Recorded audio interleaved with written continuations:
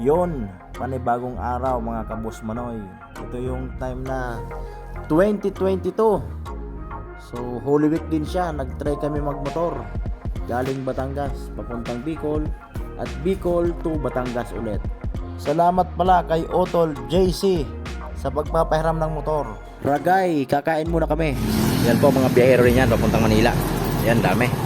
Motor din. Yan o. Ragay, Camarinesor. Ragay. Yan ang kalaban naming mga motorista pag nabiyahe ng malayo. Inaabot ng ulan. Yon. Ito yung kalaban namin pag inabot kami ng ulan dito sa daan. Talagang kailangan. Yan lang kalaban namin, ulan. Pero maganda na ride namin eh. Buti na lang talaga. Nagmotor kami galing Manila papuntang Bicol. Ito naman ngayon papunta naman siyang from Bicol naman hanggang Manila. Dito yan sa parting Calawag pa lang. Siguro may 500 mahigit ng sakyan na overtake namin.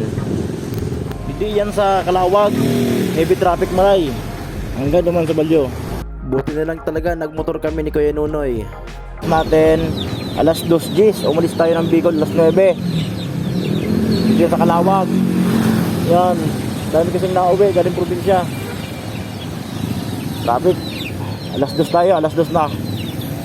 Wakas, tumaka na. Coffee break muna. Kape muna tayo. 5 oras tayo nabasa sa ulan. Yan pong mga sasakyan yan, galing probinsya yan. Ang dami nung, may nagbike, may nakamotor. Galing probinsya din po yan. Ingat, ingat. So ayun mga Manoy, inabot tayo ng hapon. Mag-alas 5 na. Kape muna tayo. Malamig masyado sa kanina, sa biyahe namin. Okay mga boss Manoy, thank you for watching.